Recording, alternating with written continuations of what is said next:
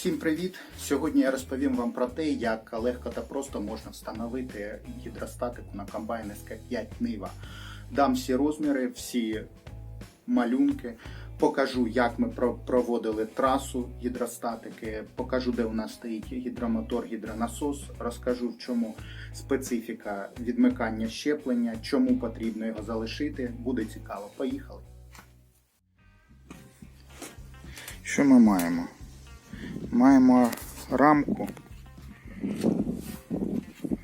на якій тримається гідронасос. Стоїть ось фільтр гідростатики. Перенесений бак, гідробак з мастилом з мотора сюди. Це рідний його гідробак. Це гідробак на гідростатику. Встановили такі стани гідростатику.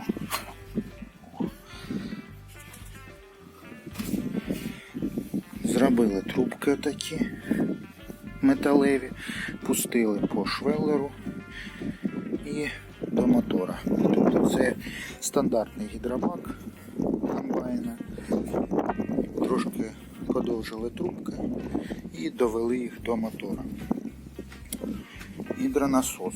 Стандартний гідронасос ГСТ-90 з комбайна Дон. Це доновська шланга, звичайна, пішла туди на низ. Це шланга зворотня на скидування тиску. Так, що у нас ще? Шланга пішла на радіатор мастила гідростатики. І ось також шланга також на радіатор гідростатики. Стоїть такий вентилятор. Використали ремінь доновський. Один ручійок обрізали. Тому що продається спеціальний шків, міняється на моторі. Ми замінили шків, купували в Мелітополі шків. Ось оцей шків, який стоїть на моторі. Він там стоїть на 3 ручні. Довелося обрізати один ручій на самому ремні і зробили 3-ручні. Пробували ставити окремо 3 ремені, але вони у нас виходили буквально день і згоріли.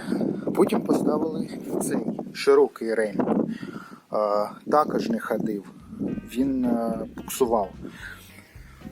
Буксував чому? Була велика виробітка на цьому шківу. Купили новий шків, все стало добре. Дивіться на шків. Якщо у вас буксує ремінь, можливо на Доні, можливо на Ниві, на такій гідростатиці ГСТ-90, то і горять взагалі ремні, то може бути причина в тому, що просто велика виробітка на шківу. Подивіться на шків. Ремінь не повинен повністю сідати за подліцо. Він повинен трошки виступати, тоді натяг і на клинові він впирається в сам шків і нормально працює.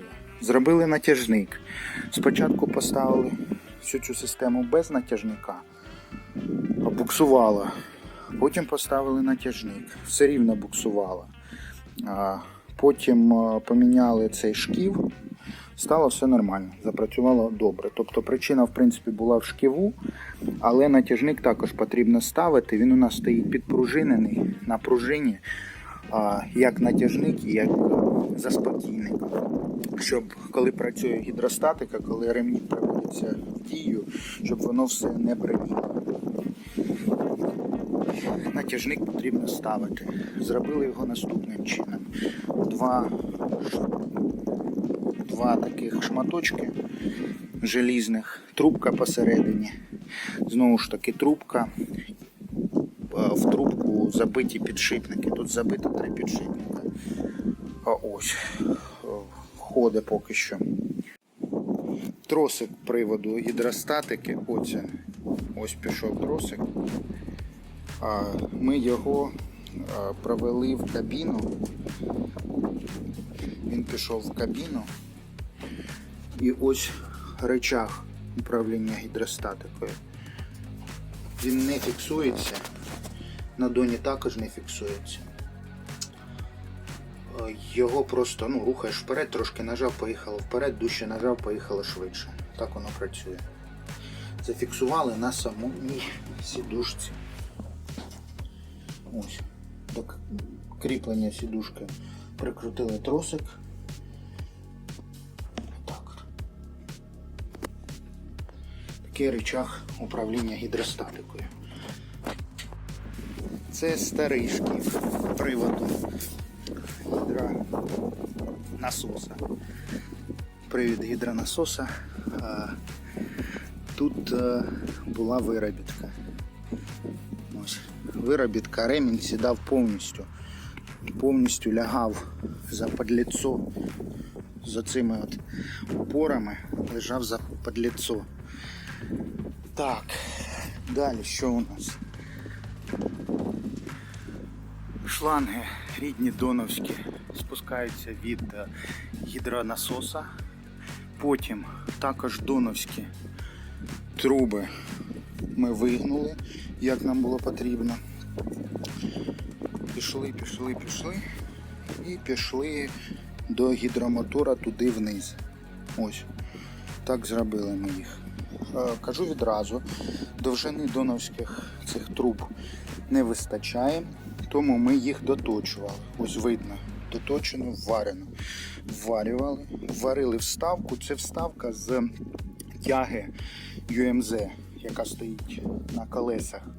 Вона катана товстостінна тяга. Труба, там стоїть катана товстостінна труба. Тому, в принципі, диск держить, тут дуже високий диск СТ-90, тому потрібна міцна труба. Взяли із UMZ з тяги. Варили, в принципі, працює. Ось варили, не тече. Отак зроблено. Це на скидання тиску. Звичайна гідравлічна шланга. Пішла туди вниз. Ось. Пішла до гідромотора. Зараз покажу вам, як встановлений гідромотор. Ось стоїть гідромотор. Встановили його через спеціальну перехідну плиту відразу до коробки. Плиту також покупали тоді ще в Мелітополі, коли можна було це зробити. Не було там ніяких бойових дій. Ось, разом зі шківом на мотор, на привід гідростатики. Так от встановили гідромотор прямо до коробки. Гідромотор з іншого ракурсу. Так він стоїть. Там далі пішли шланги. Рідні, знову ж таки, доновські. До тих гнутих залізних шланг, труб. Також доновських. Так от воно все встановлено. Є один нюанс стосовно щеплення. Справа в тому, що не вмикаються передачі. Щеплення то немає, воно викинуте, але передачі не вмикаються без того, щоб розфіксувати фіксатор коробки передач. Тому щеплення залишили саму педаль, вона просто розфіксовує фіксатор на коробці передач, щоб трималися передачі. Ось, підрегулювали його і так зробили. Ось оцей шків міняється на моторі, ми його купували разом з плитою перехідною для гідромотора. Ось оцей шків. Ми його замінили, це стоїть нерідний, на 3 ручя, тому прийшлося обрізати ремінь привода гідронасоса. Ось.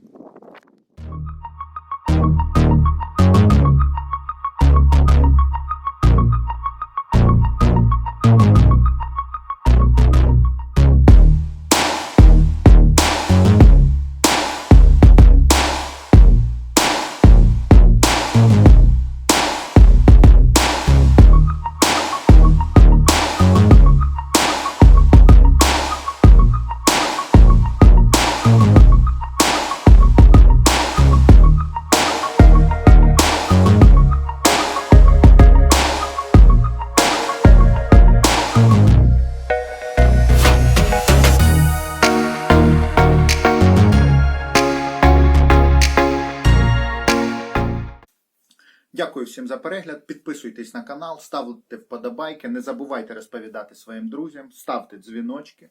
Це дуже важливо, адже цим ви допоможете мені набрати 1000 підписників до кінця місяця. Також я буду продовжувати тему ГСТ-90 на комбайні СК-5 Нива. Скажу відразу, воно просто так не запрацювало, були проблеми, ми його допрацьовували, ремонтували. Тому підписуйтесь на канал, буде цікаво. Всі додаткові матеріали, які наводилися в цьому відео, картинки з розмірами, я виклав на своєму телеграм-каналі. Посилання буде в описі до цього відео. Підписуйтесь також на мій телеграм-канал. Всім пока!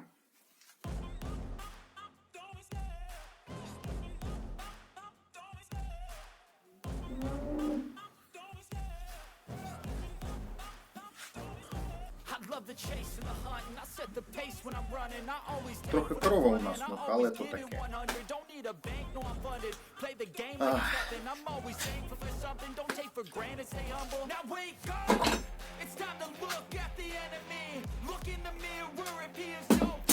Добре. Почали. Так. Всім пока.